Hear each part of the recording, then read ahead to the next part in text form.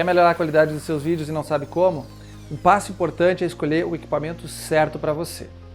O melhor equipamento para você tirar fotos ou gravar vídeos é aquele que você tem agora.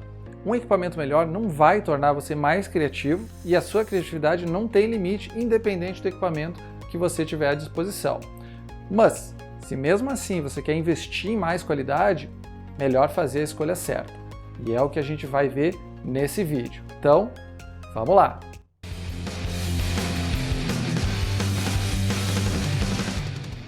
Olá pessoal, aqui é o professor Rovian e nesse vídeo eu vou falar como você pode decidir sobre qual equipamento escolher para o seu canal do YouTube. A escolha de um equipamento, no caso de uma máquina digital, pode ser bem complexo. Existe uma grande quantidade de modelos, cada um com várias características diferentes e às vezes fica difícil comparar um modelo com o outro. E a ideia, no final das contas, não é escolher o melhor equipamento que existe, mas escolher aquele equipamento que tem o melhor custo-benefício para você. Ou seja, você tem que escolher algo dentro do dinheiro que você tem e também com características que vão ajudar você a ter uma produtividade maior e um conteúdo melhor. Geralmente, quando a gente compra uma DSLR, que é uma máquina digital, que tem a possibilidade de trocar lente, a ideia é fazer duas coisas principalmente: tirar fotos e gravar vídeos. Primeiro vamos falar de características que são interessantes em ambas as situações. A primeira avaliação que você vai fazer é com relação ao tamanho do sensor. O sensor de uma câmera digital ele pode ser full frame, APS-C ou micro 4/3, que são os mais comuns, mas existem outros tamanhos menores e também maiores para outros tipos de equipamento, como celulares ou câmeras de cinema, que vão ter outras aplicações. O sensor full frame tem um tamanho de 35 mm de largura. Um sensor APS-C tem 27 mm e uma área 2,4 vezes menor que o full frame. Isso faz com que ele capture menos luz. O sensor micro 4/3 tem 21 mm e obviamente captura também menos luz e ele é encontrado geralmente nas câmeras mirrorless. Um sensor maior vai capturar mais luz, então ele terá uma eficiência melhor em condições de pouca iluminação.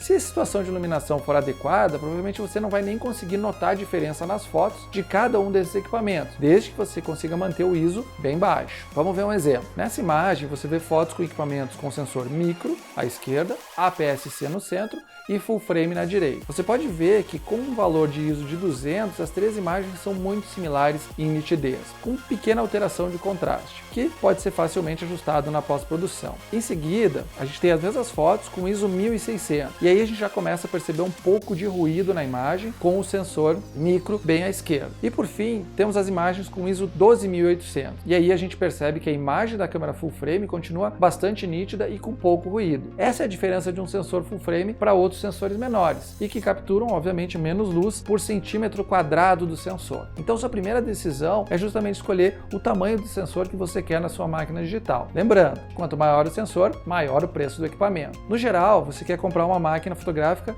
com a melhor qualidade de imagem. Retirando a influência da lente, o sensor é que vai garantir uma qualidade de imagem melhor ou pior. Cada sensor é dividido em pequenas partes que são os pixels. Quanto maior cada um desses pixels, mais luz cada um consegue capturar e melhor vai ser a qualidade da imagem.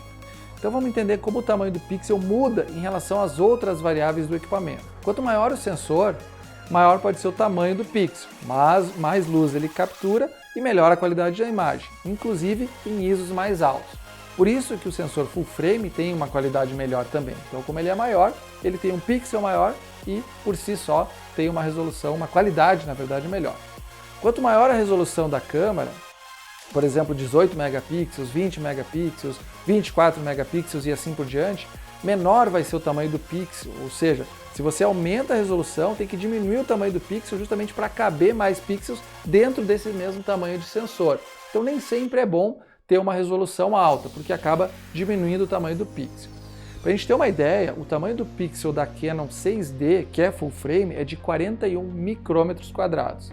Já o sensor da Canon 80D, que é um sensor APS-C, tem um tamanho de pixel de 14 micrômetros quadrados, ou seja, 3 vezes menor. Então o tamanho do sensor vai impactar tanto na qualidade das suas fotos, quanto na qualidade dos seus vídeos. Agora que a gente já entendeu a principal diferença entre máquinas full frame, APS-C e outros sensores, é hora de verificar justamente o valor que tu tem para investir num equipamento. Máquinas com sensor full frame são mais caras, Então você vai ter que avaliar se o seu orçamento comporta uma full frame e, se não for o caso, aí você pode decidir pela APS-C ou até pelo sensor micro 4/3, ou, se for o caso, use o seu celular, mas use o que você tem. Agora que você já sabe se vai comprar uma full frame ou uma APS-C micro 4/3 ou outro tamanho, está na hora de comparar maçã com maçã e laranjas com laranja. Independente do sensor que você escolher, um fator que muita gente leva em consideração é a performance ISO. Como eu já falei em outro vídeo, exceto se você está comparando uma máquina muito antiga a uma muito nova, a performance ISO deve ser sua menor preocupação.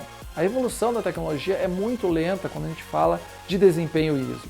E se você tentar comparar uma máquina de hoje com uma máquina do ano passado ou de 2 anos atrás, provavelmente não vai notar diferença nenhuma, simplesmente porque essa diferença não existe. Outro ponto é que, se você tiver uma iluminação adequada, pode fotografar ou gravar com ISO baixo e as máquinas, independente do sensor que elas tiverem, não vão apresentar diferença significativa nesse fator. Então, deixa o ISO por último na sua análise, porque, embora você até possa acreditar, ele é praticamente irrelevante nessa questão. É muito mais interessante ter uma full frame, talvez, do que uma APS-C quando a gente fala em condições de pouca iluminação. Então, vamos adiante. Outro ponto que é menos importante do que parece é a quantidade de megapixels do sensor. No geral, as pessoas compreendem que mais pixels garante uma imagem melhor. Na verdade, esse é um erro de conceito. O que acontece é que quanto mais pixels, maior você vai poder imprimir a sua imagem ou até mostrar ela numa tela maior, sem perder informações ou distorcer essas informações da imagem. Então, se você está buscando uma qualidade de imagem melhor, você precisa de um tamanho de pixel maior no sensor, lembra? E não necessariamente uma resolução maior. Isso sim vai lhe garantir uma qualidade melhor e capturar mais luz por pixel, ou seja, você vai ter melhores pretos, melhor definição de cor, melhor contraste e até imagens mais nítidas no final das contas. Então, ao invés de avaliar a quantidade de megapixels, tenta verificar o tamanho do pixel do sensor da câmera. Eu vou deixar na descrição o link de um site de comparação que pode ajudar vocês a verificar essa diferença entre equipamentos. Em seguida, eu diria que um ponto bastante crítico para quem está escolhendo uma máquina é a quantidade de pontos focais que ela tem e o tipo desses pontos. Quanto mais pontos focais, mais preciso vai ser o foco e mais rápido ela consegue focar. E o ideal é que esses pontos sejam do tipo cruzado ou duplamente cruzado. Dizer que um ponto de foco é cruzado significa que ele vai fazer a medição do foco de forma vertical e horizontal. E vai ter mais chance de não se perder ao tentar fazer esse foco. E muitas vezes o pessoal reclama da lente, mas pode não ser a lente. A única questão é que você deve tomar cuidado justamente com a lente, porque nem todas as lentes conseguem utilizar todos os pontos focais da máquina. Então, é a lente que vai acabar sendo um limitador da quantidade de pontos focais que a sua máquina consegue utilizar. Vamos falar agora de gravação de vídeo.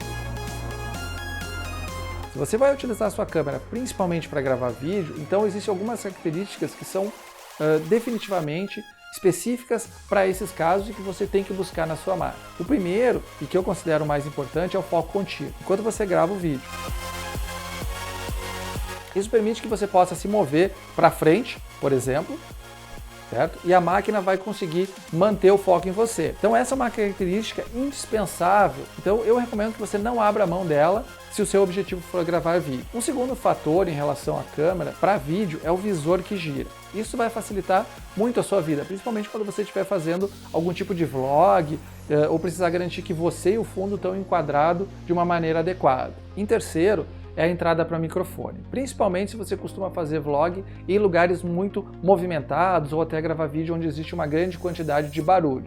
Então, se você tiver a possibilidade de colocar um microfone do tipo hipercardioide sobre a máquina e utilizar a entrada da DSLR, isso ajuda muito. O microfone hipercardioide vai permitir que você capture apenas o som que vem da frente do microfone, sem pegar todo o ruído que está em volta, e isso obviamente melhora muito a qualidade do seu conteúdo. Às vezes usar o microfone da própria máquina pode capturar muito ruído, então mesmo com o microfone sendo estéreo, eu recomendo que você analise a possibilidade de ter essa entrada de microfone externo para poder usar o microfone melhor.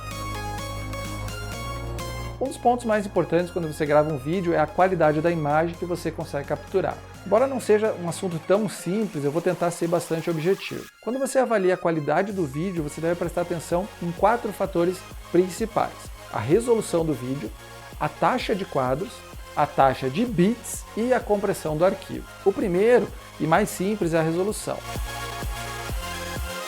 Ele não tem relação direta com a qualidade da imagem, apenas com o tamanho dela. Quanto maior a resolução, maior a tela onde você pode ver o vídeo sem perder informação ou mesmo distorcer essa imagem. Se você estiver vendo um vídeo no formato HD, em uma tela de tamanho HD, a imagem vai estar perfeita. Agora, se você estiver assistindo o mesmo vídeo em uma tela Full HD, aí você vai começar a perceber que existe essa perda de qualidade. Veja, por exemplo, a minha imagem. Agora ela está no formato Full HD, que é o 1080p. Se eu mudar para a resolução HD, simplesmente aproximando a imagem, você já começa a perceber uma perda de qualidade muito sutil.